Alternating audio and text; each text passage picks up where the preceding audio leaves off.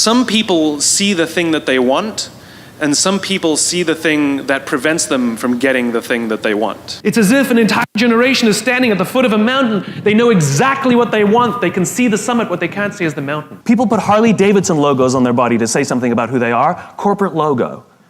Ain't no Procter & Gamble's tattooed on anybody's arm. Passion is the feeling you have that you would probably do this for free, and you can't believe somebody pays you to do it. He's an author, speaker, and consultant who writes on leadership and management. He joined the RAND Corporation in 2010, where he advises on military innovation and planning. He's known for popularizing the concepts of the Golden Circle and to start with why. He's Simon Sinek, and here's my take on his top 10 rules for success. Rule number 6 is my personal favorite, and make sure to stick around all the way to the end for some special bonus clips. And as always, if Simon says something that really resonates with you, please leave it down in the comments below and put quotes around it so other people can be inspired as well.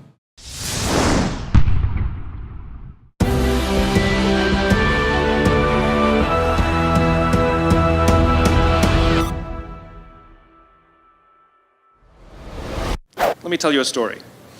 So a friend of mine and I, we went for a run in Central Park. The Roadrunners organization, on the weekends, they host races. And it's very common at the end of the race, they'll have a sponsor who will give away something, apples or bagels or something. And on this particular day, when we got to the end of the run, there were some free bagels. And they had picnic tables set up, and on one side was a group of volunteers. On the table were boxes of bagels, and on the other side was a long line of runners waiting to get their free bagel. So I said to my friend, let's get a bagel. And he looked at me and said, the line's too long. And I said, free bagel. And he said, I don't want to wait in line. And I was like, free bagel. And he says, nah, it's too long. And that's when I realized that there's two ways to see the world. Some people see the thing that they want, and some people see the thing that prevents them from getting the thing that they want. I could only see the bagels. He could only see the line. And so I walked up to the line. I leaned in between two people, put my hand in the box, and pulled out 2 bagels. And no one got mad at me, because the rule is you can go after whatever you want. You just cannot deny anyone else to go after whatever they want. Now, I had to sacrifice choice. I didn't get to choose which bagel I got. I got whatever I pulled out, but I didn't have to wait in line. So the point is you don't have to wait in line. You don't have to do it the way everybody else has done it. You can do it your way. You can break the rules. You just can't get in the way of somebody else getting what they want. That's rule number 1. Performing under pressure, whether it's me or anybody else, is the same. I have the same pressures as anyone else. There's time, there's performance, there's financial. I mean, there's deadlines. My pressures are not unique. The situations may be different, but everybody has the same kinds of pressures. But what I find fascinating is the interpretation of the stimuli. Let me explain. So I was watching the Olympics, this last Summer Olympics, and I was amazed at how bad the questions were that the reporters would ask all the athletes. And almost always, they asked the same question, whether they were about to compete or after they competed. Were you nervous, right? And to a T, all the athletes went, no, right? And what I realized is it's not that they're not nervous, it's their interpretation of what's happening in their bodies. I mean, what happens when you're nervous, right? Your heart rate starts to go, you sort of get a little tense, you get a little sweaty, right? You have expectation of what's coming, and we interpret that as, I'm nervous. Now, what's the interpretation of excited? Your heart rate starts to go, you're anticipating what's coming, right? You get a little sort of like tense. It's all the same thing. It's the same stimuli, except these athletes, these Olympic quality athletes have learned to interpret the stimuli that the rest of us would say is nervous as excited. They all say the same thing. No, I'm not nervous. I'm excited. And so I've actually practiced it just to tell myself when I start to get nervous that this is excitement. Yeah. And so I used to speak in front of a large audience and somebody would say, how do you feel? I used to say, a little nervous. Now when somebody says, how do you feel? I'm like, really excited, actually. And it came from just sort of telling myself, no, this is excitement. And it becomes a little bit automatic later on. But it's kind of a remarkable thing to deal with pressure by interpreting what your body is experiencing as excitement rather than nerves. And it's really kind of effective. It makes you want to rush forwards rather than pull back, and yet it's the same experience. I talk to so many smart, fantastic, ambitious, idealistic, hard-working kids, and they're right out of college, they're in their entry-level jobs, and I'll ask them, how's it going? And they'll say, I think I'm gonna quit. And I'm like, why? They say to me, I'm not making an impact. I'm like, you know you've been here 8 months, right? They treat the sense of fulfillment or even love like it's a scavenger hunt, like it's something you look for. My millennial friends, they've gone through so many jobs. They're either getting fired, I mean, it was mutual, or they're quitting because they're not making an impact, or they're not finding the thing they're looking for, or they're not feeling fulfilled, as if it's a scavenger hunt. Love, a job you find joy from, is not something you discover. It's not like, I found love. Here it is. I found a job I love. That's not how it works. Both of those things require hard work. You are in love because you work very hard every single day of your life to stay in love. You find a job that brings you ultimate joy because you work hard every single day to serve those around you, and you maintain that joy. It's not a discovery. But the problem is this sense of impatience. It's as if an entire generation is standing at the foot of a mountain. They know exactly what they want. They can see the summit. What they can't see is the mountain. This large, immovable object. That doesn't mean you have to do your time. That's not what I'm talking about. Take a helicopter, climb, I don't care. But there's still a mountain. Life, career fulfillment, relationships are journeys. The problem is, this entire generation has an institutionalized sense of impatience. And do they have the patience to go on the journey to maintain love, to feel fulfilled? Or do they just quit and on to the next, dump and on to the next, ghost and on to the next? In the 18th century, there was something that spread across Europe and eventually made its way to America called puerperal fever, also known as the Black Death of childbed. Basically what was happening is women were giving birth and they would die within 48 hours after giving birth. This Black Death of childbirth was the ravage of Europe, and it got worse and worse and worse over the course of over a century. In some hospitals, it was as high as 70% of women who gave birth who would die as a result of giving birth. But this was the Renaissance. This was the time of empirical data and science, and we had thrown away things like tradition and mysticism. These were men of science, these were doctors. And these doctors and men of science wanted to study and try and find the reason for this Black Death of childbed, and so they got to work studying, and they would study the corpses of the women who had died. And in the morning they would conduct autopsies, and then in the afternoon they would go and deliver babies and finish their rounds. And it wasn't until somewhere in the mid-1800s that Dr. Oliver Wendell Holmes, father of Supreme Court Justice Oliver Wendell Holmes, realized that all of these doctors who were conducting autopsies in the morning weren't washing their hands before they delivered babies in the afternoon. And he pointed it out and said, guys, you're the problem. And they ignored him and called him crazy for 30 years. Until finally somebody realized that if they simply washed their hands, it would go away. And that's exactly what happened. When they started sterilizing their instruments and washing their hands, the Black Death of childbed disappeared. My point is, the lesson here is, sometimes you're the problem. We've seen this happen all too recently with our new men of science and empirical studiers and these men of finance who are smarter than the rest of us until the thing collapsed. And they blamed everything else except themselves. And my point is take accountability for your actions. You can take all the credit in the world for the things that you do right, as long as you also take responsibility for the things you do wrong. It must be a balanced equation. You don't get it one way and not the other. You get to take credit when you also take accountability.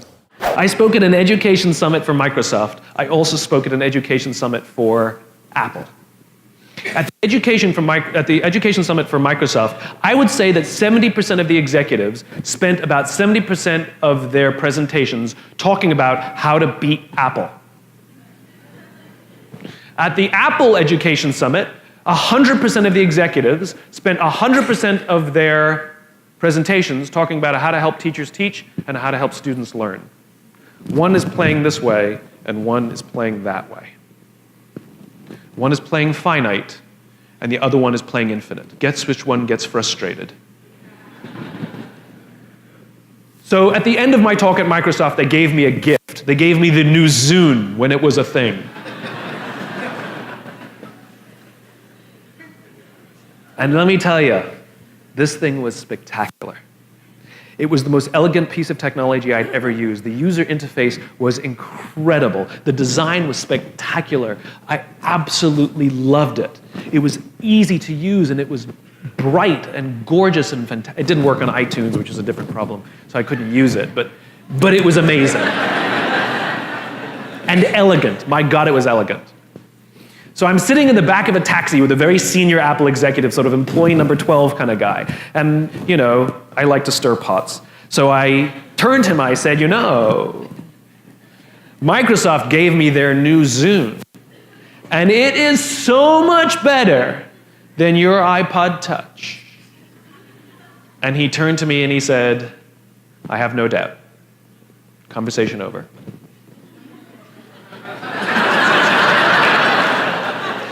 Because the infinite player understands sometimes you're ahead and sometimes you're behind. Sometimes your product is better and sometimes it's worse. The goal isn't to be the best every day. The goal isn't to outdo your competition every day. That's a finite construction. If I had said to Microsoft, I've got the new iPod Touch and it's so much better than your Zune, they would have said, can we see it? What does it do? React, react, react, react. Finite players play to beat the people around them.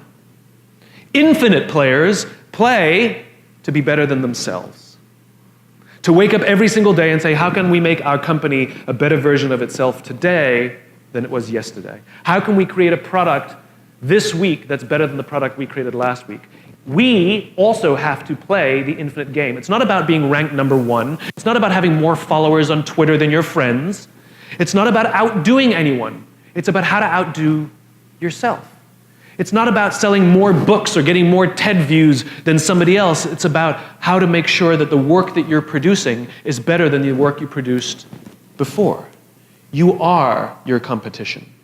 And that is what ensures you stay in the game the longest. And that is what ensures you find joy. Because the joy comes not from comparison, but from advancement. When are you at your best?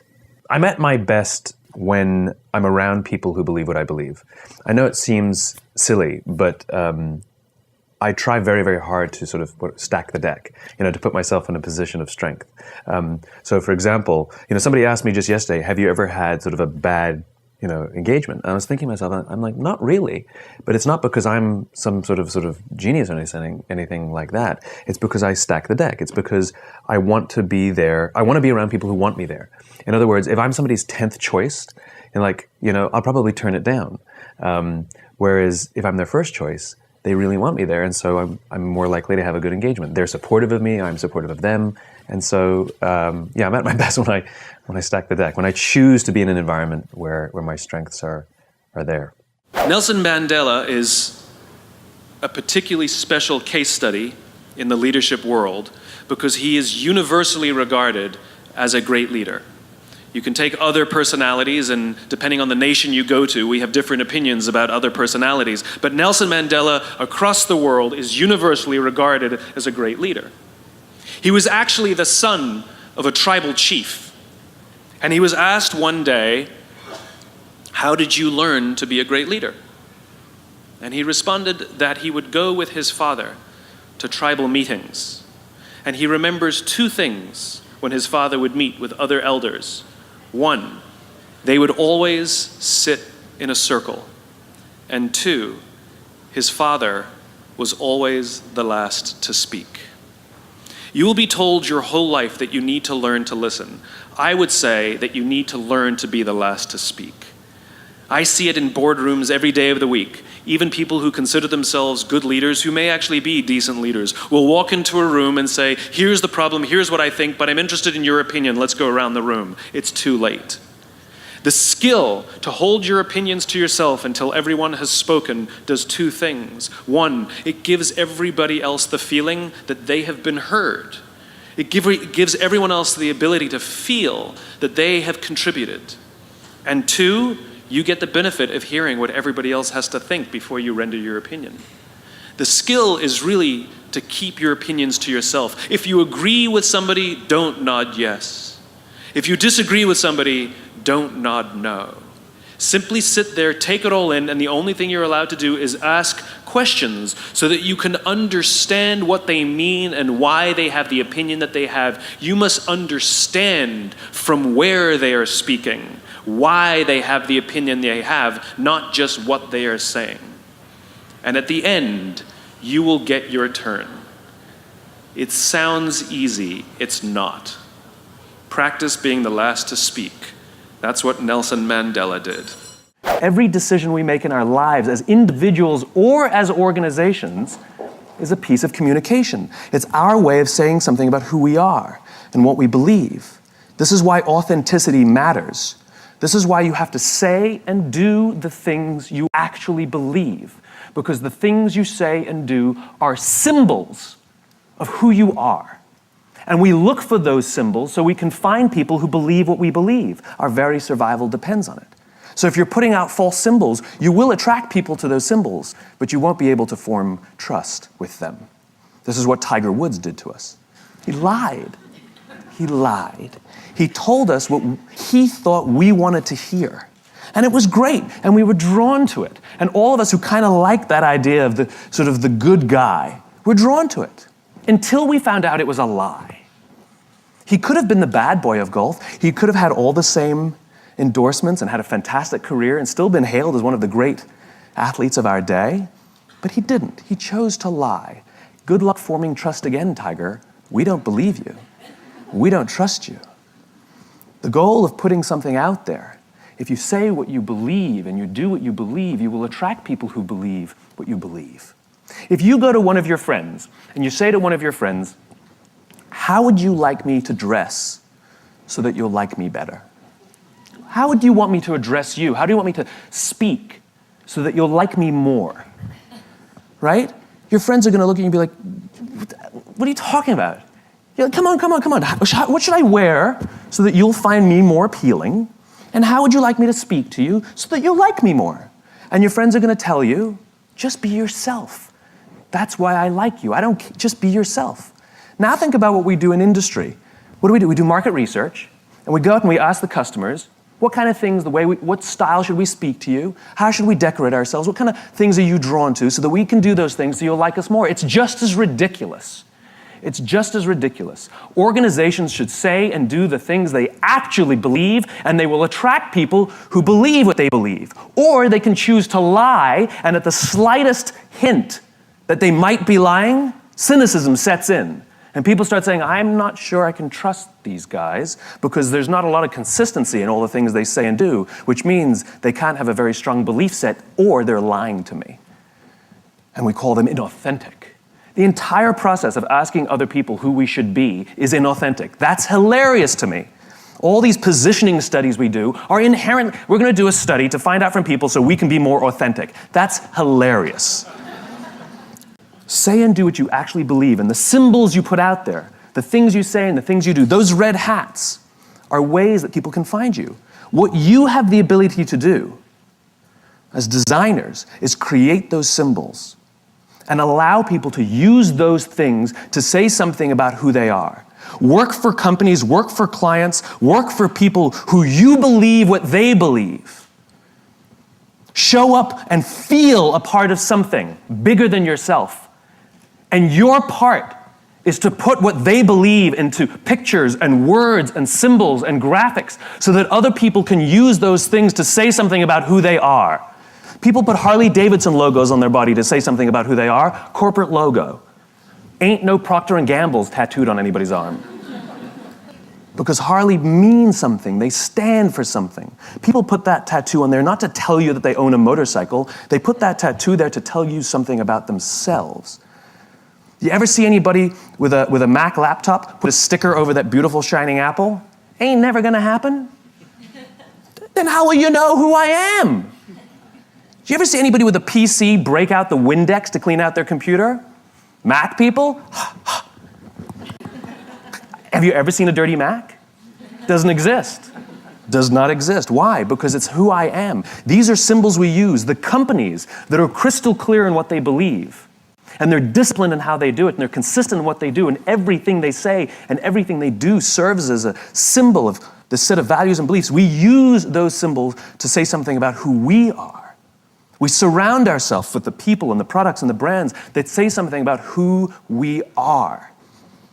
And when we can find the people who believe what we believe, we're weirdly drawn to them because our very survival depends on it. We need it.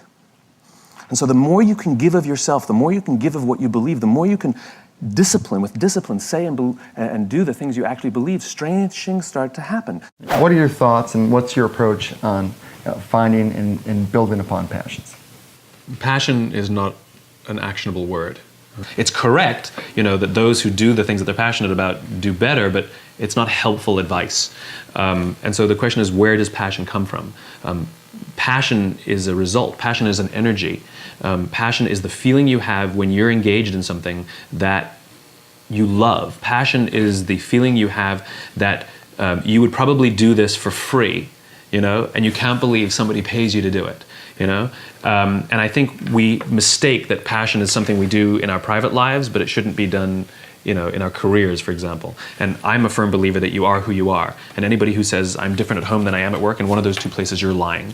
And the goal is to make everything you do in home and at work something that you have excitement to do.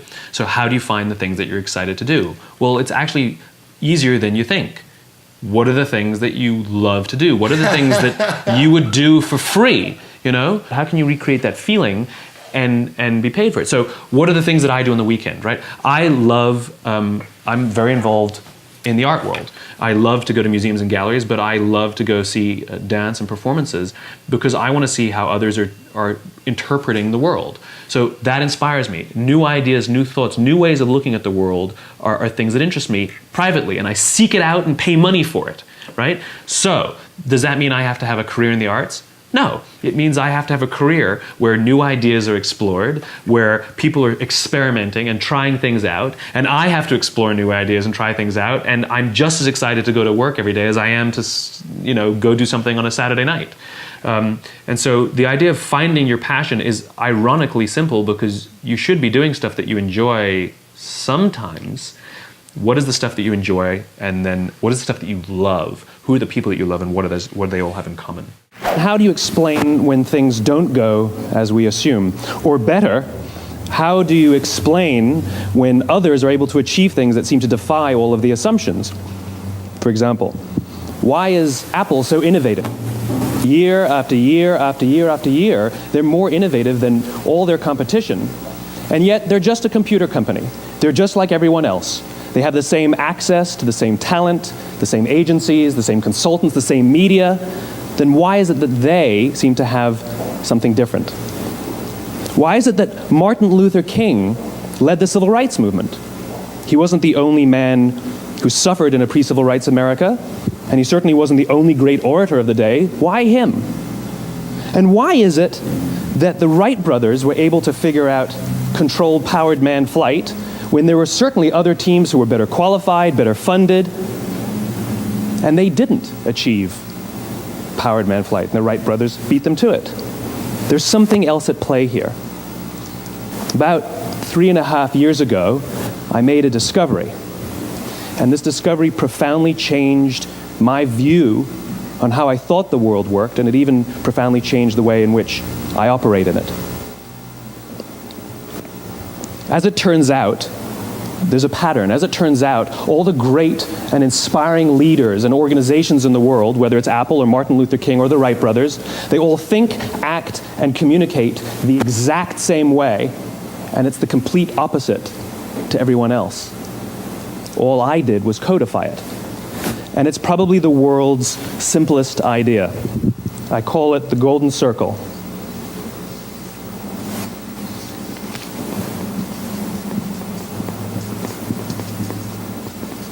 Why, how, what? This little idea explains why some organizations and some leaders are able to inspire where others aren't. Let me define the terms really quickly. Every single person, every single organization on the planet knows what they do, 100%. Some know how they do it, whether you call it your differentiating value proposition or your proprietary process or your USP. But very, very few people or organizations know why they do what they do. And by why, I don't mean to make a profit. That's a result. It's always a result. By why, I mean what's your purpose? What's your cause? What's your belief? Why does your organization exist? Why do you get out of bed in the morning? And why should anyone care? Well, as a result, the way we think, the way we act, the way we communicate is from the outside in. It's obvious. We go from the clearest thing to the fuzziest thing.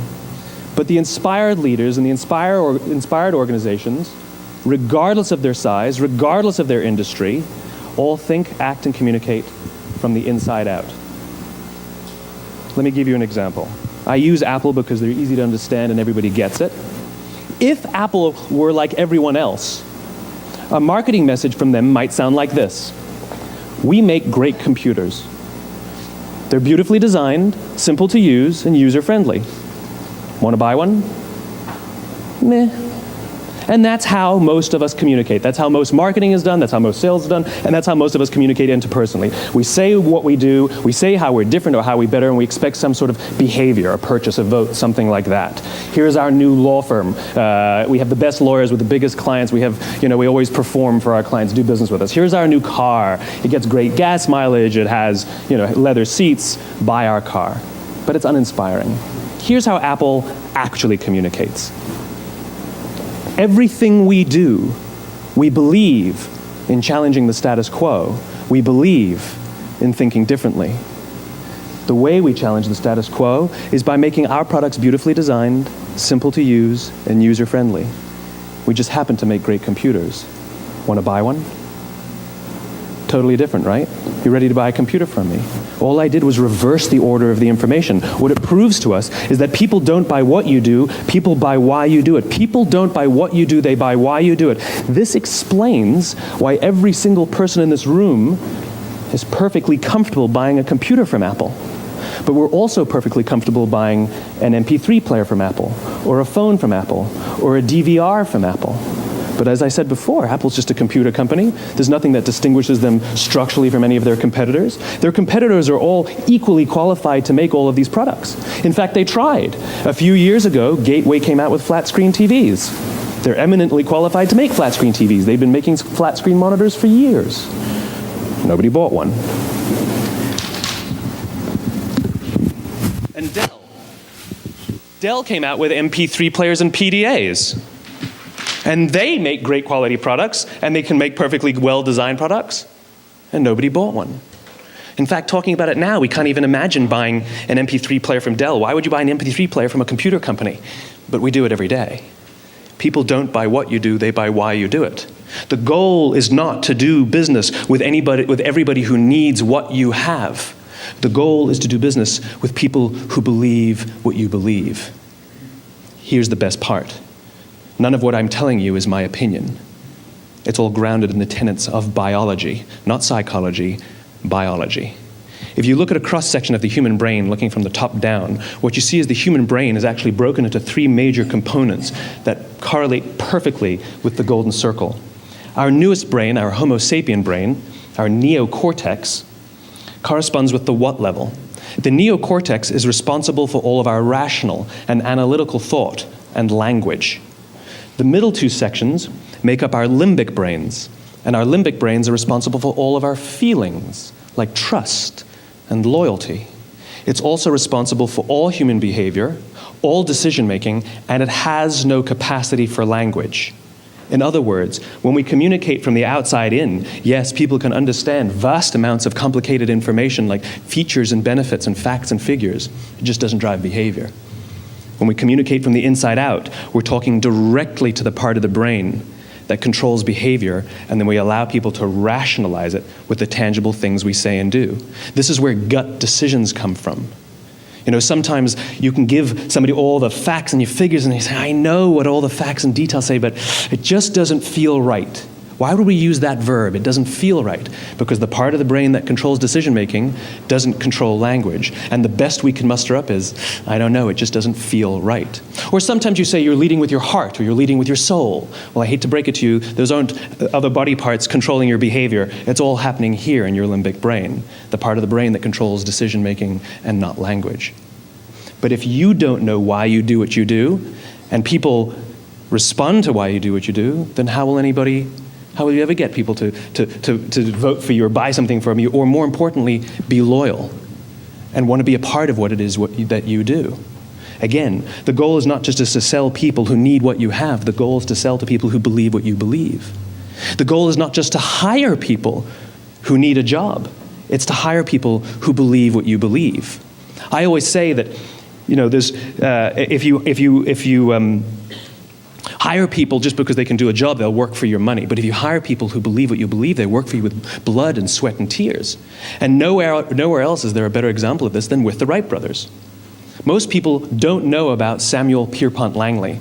And back in the early 20th century, the pursuit of powered man flight was like the .com of the day. Everybody was trying it. And Samuel Pierpont Langley had what we assume to be the recipe for success. I mean, even now, you ask people, why did your product or why did your company fail? And people always give you the same permutation of the same three things. Undercapitalized, the wrong people, bad market conditions. It's always the same three things. So let's explore that. Samuel Pierpont Langley was given $50,000 by the War Department to figure out this flying machine. Money was no problem. He held a seat at Harvard and worked at the Smithsonian and was extremely well connected. He knew all the big minds of the day. He hired the best minds money could find, and the market conditions were fantastic. The New York Times followed him around everywhere, and everyone was rooting for Langley. And how come we've never heard of Samuel Pierpont Langley? A few hundred miles away in Dayton, Ohio, Orville and Wilbur Wright. They had none of what we consider to be the recipe for success. They had no money. They paid for their dream with the proceeds from their bicycle shop. Not a single person on the Wright brothers' team had a college education, not even Orville or Wilbur. And the New York Times followed them around nowhere. The difference was Orville and Wilbur were driven by a cause, by a purpose, by a belief. They believed that if they could figure out this flying machine, it'll change the course of the world. Samuel Pierpont Langley was different.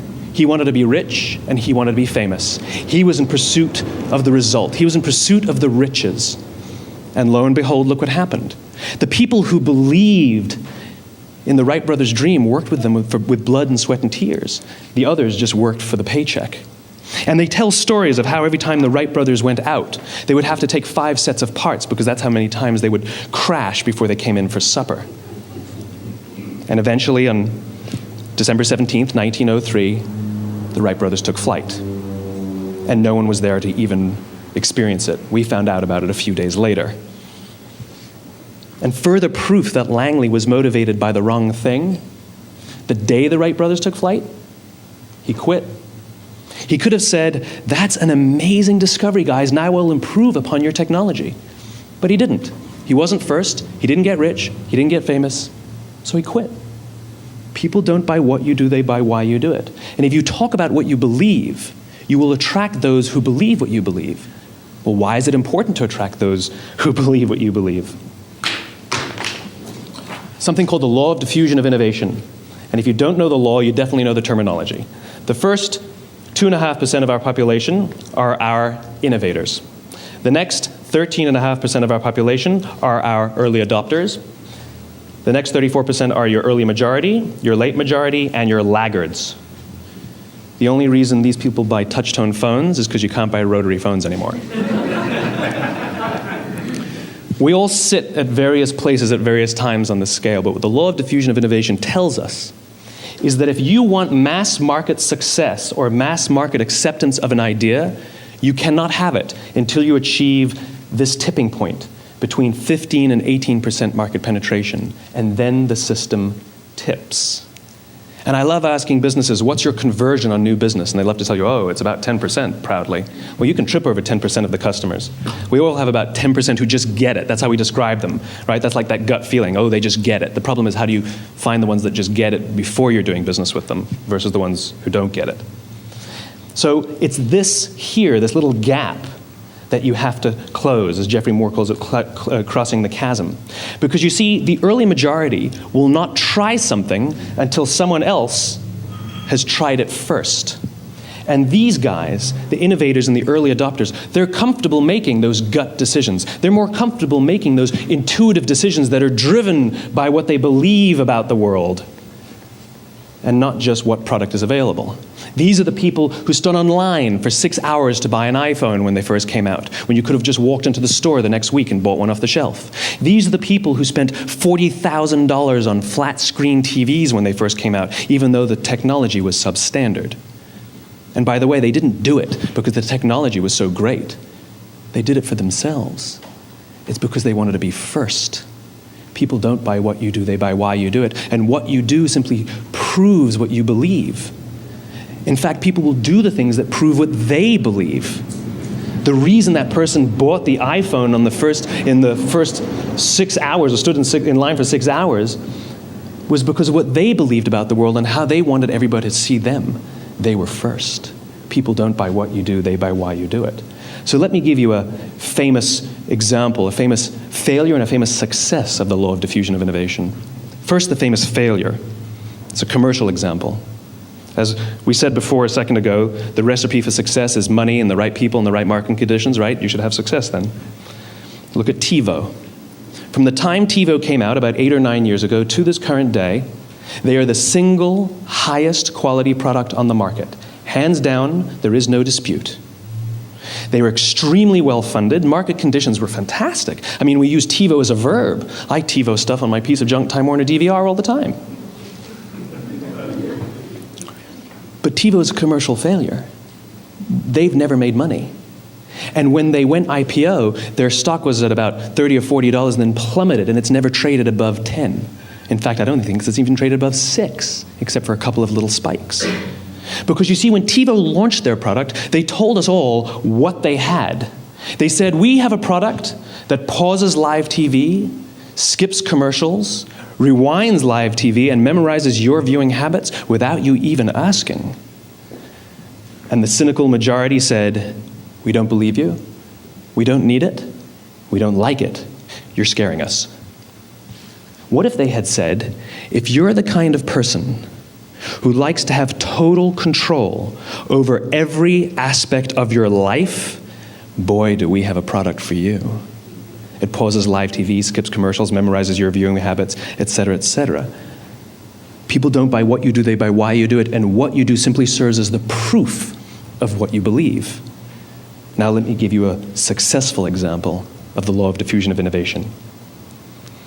In the summer of 1963, 250,000 people showed up on the Mall in Washington to hear Dr. King speak. They sent out no invitations, and there was no website to check the date. How do you do that? Well, Dr. King wasn't the only man in America who was a great orator. He wasn't the only man in America who suffered in a pre-civil rights America. In fact, some of his ideas were bad, but he had a gift. He didn't go around telling people what needed to change in America. He went around and told people what he believed. I believe, I believe, I believe, he told people. And people who believed what he believed took his cause and they made it their own, and they told people. And some of those people created structures to get the word out to even more people. And lo and behold, 250,000 people showed up on the right day, on the right time to hear him speak. How many of them showed up for him? 0. They showed up for themselves. It's what they believed about America that got them to travel on a bus for 8 hours to stand in the sun in Washington in the middle of August. It's what they believed, and it wasn't about black versus white. 25% of the audience was white. Dr. King believed that there are two types of laws in this world, those that are made by a higher authority and those that are made by man. And not until all the laws that are made by man are consistent with the laws that are made by the higher authority will we live in a just world. It just so happens that the civil rights movement was the perfect thing to help him bring his cause to life. We followed him not for him, but for ourselves. And by the way, he gave the I have a dream speech, not the I have a plan speech. Listen to politicians now with their comprehensive 12-point plans. They're not inspiring anybody. Because there are leaders and there are those who lead. Leaders hold a position of power or authority, but those who lead inspire us. Whether they're individuals or organizations, we follow those who lead not because we have to, but because we want to. We follow those who lead not for them, but for ourselves.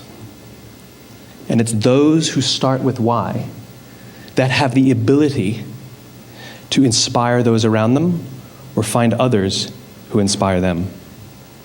Thank you very much. Thank you guys so much for watching. I made this video because Lex Van de Herk asked me to. So if there's a famous entrepreneur that you would like me to profile next, please leave it down in the comments below and I'll see what I can do. I also love to know which clip resonated the most with you today. What did Simon say that had the biggest impact? What change you're gonna make to your life or business after watching this video? Please leave it down in the comments below and I'm gonna join in the discussion. Thank you so much for watching. I believe in you. I hope you continue to believe in yourself and whatever your one word is. Much love. I'll see you soon.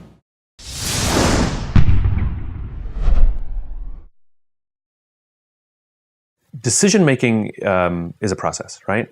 The question is, what filters are you using to make decisions?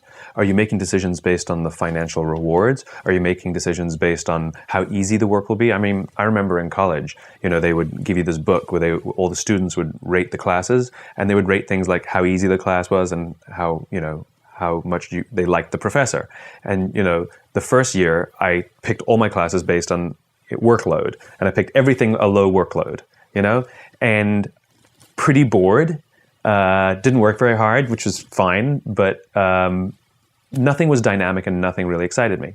And I, thank goodness, learned that. And so the second year, I picked all my classes by professor rating, regardless of the workload.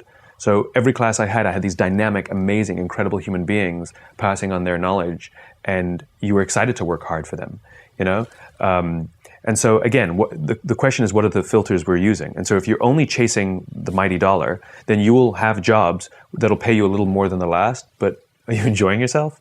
And I talked to a guy recently who he's in bad shape. Like he really hates his life and he's really depressed and he doesn't know what to do. And so we were going through all his old jobs, and I said, give me a job that you've loved. And he hadn't. Every single job he's chosen out of college, he picked because of the money. And if something offered him more somewhere else, he took it, regardless. And the amazing thing is he plateaued, because if you're only chasing the result, if you're only chasing the thing that makes it easy, right? Then eventually you will get bored or they'll get bored of you, right? And you plateau. In other words, chasing the almighty dollar, if that's your only thing, it eventually flattens out. Right. Whereas if you're chasing the thing that excites you, the human beings to be around, the work that excites you, the stuff that, you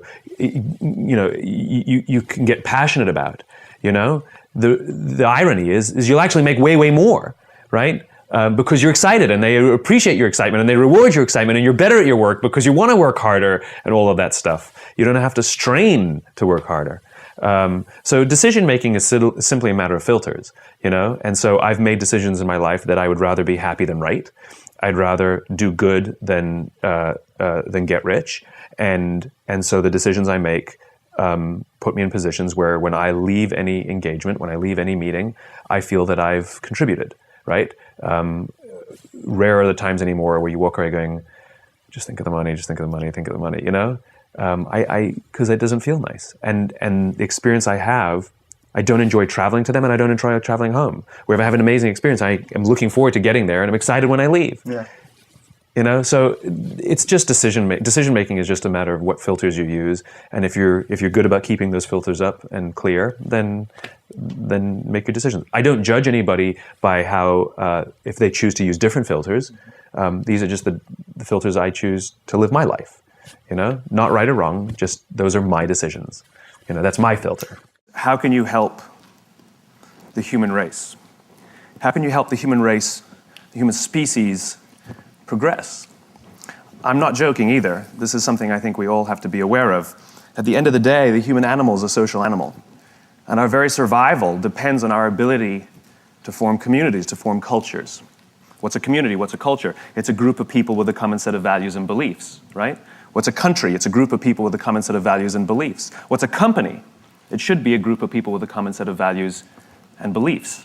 When we're surrounded by people who believe what we believe, something remarkable happens. Trust emerges. And make no mistake of it, trust is a feeling, a distinctly human feeling. You know, we all have friends who are total screw-ups, and yet we still trust them, right? Trust is not a checklist. Simply doing everything you say you're going to do does not mean people will inherently trust you. It just means you're reliable. We need trust. Right? We need trust. When we're surrounded by people who believe what we believe and trust starts to emerge, when we trust them and they trust us, we're more willing to take risks. We're more willing to experiment, which requires failure. We're more willing to explore and go somewhere that no one has ever gone before with the confidence that if we fail, if we trip over, if we turn our backs, that those within our community, those who we trust and who trust us, will look after us while we're gone, will pick us up when we fall over, will help us when we're hurt. Our very survival depends on it.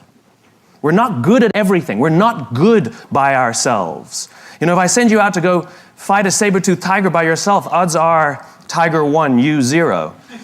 It's not going to go very well. But if you go out as a group, we're pretty damn amazing. And the reason is because we all have our certain strengths and we all have our certain weaknesses. And the goal is not to fix your weaknesses. The goal is to amplify your strengths and surround yourself with the people who can do what you can't do. But it's not just based on skills and application and experience. It's based on what you believe. It's based on what you believe. You see, simply being good at something and having somebody else being good at what you're no good at does not mean you will trust each other. Trust. The sense of trust comes from the sense of common values and common beliefs. I can prove it. How many of you are from New York? Okay, a bunch of you. Are you friends with everybody in New York? Why not? Why not? But when you go to Los Angeles and you meet someone from New York, you're like, hey, I'm from New York, and you're best friends. Right? And when you go to France, there you are on the Paris metro, minding your own business, and you hear an American accent behind you, and you turn around, and you say, hey, where are you from? They say, Los Angeles. You're like, hey, I'm from New York, and you're best friends. Because when you're surrounded by people who don't believe what you believe, when you're in a strange environment where you don't feel comfortable, you look for anyone who may share some of the same values and beliefs that you have, and you start to form a very real and very intense bond with them, simply because you know that they have a basic understanding of how you grew up, of the things that you care about, of the life that you live back home. Well, the same is true when we go to work. Do we want to go to work with people who understand us, who believe what we believe, who have a similar view of the world that has nothing to do with their opinions and the differences that we share? That's good. That's called diversity. That's called advantages to problem solving, which is we can all look at the same thing from a different angle and come up with solutions. What I'm talking about is why should you help each other in the first place? What are you in pursuit of? Now, the question is what creates that sense of values and beliefs? What creates that sense of trust? Right? Our very human instinct. We know how to find people who believe what we believe. Our survival depends on it. We're biologically gifted with this idea. If I ask you to go out in the street and find all the people who believe what you believe, you know exactly what to do. You're going to strike up conversations. You're going to start talking to people. And either you'll have a good feeling about them or you won't. Either you'll have chemistry, whatever that means, or you don't. Sometimes it's quick, sometimes it's slow. But we know how to do it. It's called making friends, it's called dating, it's called networking. We have the innate ability to do it. True story. There was a former Undersecretary of Defense who was invited to give a speech at a large conference, about 1,000 people. And he was standing on the stage with his cup of coffee and a styrofoam cup. giving his prepared remarks with his PowerPoint behind him. And he took a sip of his coffee and he smiled and he looked down at the coffee. And then he went off script. And he said, last year I spoke at this exact same conference. Last year I was still the undersecretary. And when I spoke here last year, they flew me here business class. And when I arrived at the airport, there was somebody waiting for me to take me to my hotel. And they took me to my hotel and they had already checked me in and they just took me up to my room. And the next morning I came downstairs and there was someone waiting in the lobby to greet me and they drove me to this here same venue. They took me through the back entrance and took me into the green room and handed me a cup of coffee in a beautiful ceramic cup. He says, I'm no longer the undersecretary. I flew here coach. I took a taxi to my hotel and I checked myself in. When I came down the lobby this morning, I took another taxi to this venue. I came in the front door and found my way backstage, and when I asked someone, do you have any coffee? He pointed to the coffee machine in the corner, and I poured myself a cup of coffee into this here styrofoam cup. He says the lesson is, the ceramic cup was never meant for me. It was meant for the position I held. I deserve a styrofoam cup. Remember this. As you gain fame, as you gain fortune, as you gain position and seniority, people will treat you better. They will hold doors open for you. They will get you a cup of tea and coffee without you even asking. They will call you sir and ma'am, and they will give you stuff. None of that stuff is meant for you. That stuff is meant for the position you hold. It is meant for the level that you have achieved of leader or success or whatever you want to call it. But you will always deserve a styrofoam cup. Remember that. Remember that lesson of humility and gratitude. You can accept all the free stuff. You can accept all the perks. Absolutely, you can enjoy them. But just be grateful for them and know that they're not for you. I remember getting off the Acela. I took the Acela from New York to Washington, D.C., and I got off the train like everybody else, and I was walking down the platform like everyone else, and I walked past General Norty Schwartz, who used to be the Chief of Staff of the United States Air Force, the head of the Air Force. And here I did, see a guy in a suit schlepping his own suitcase down the platform just like me. And just a couple months ago, he was flying on private jets and he had an entourage and other people carried his luggage. But he no longer held the position, and so now he got to drag his own suitcase. And never did it sort of remind me more that none of us deserve the perks that we get. We all deserve a styrofoam cup.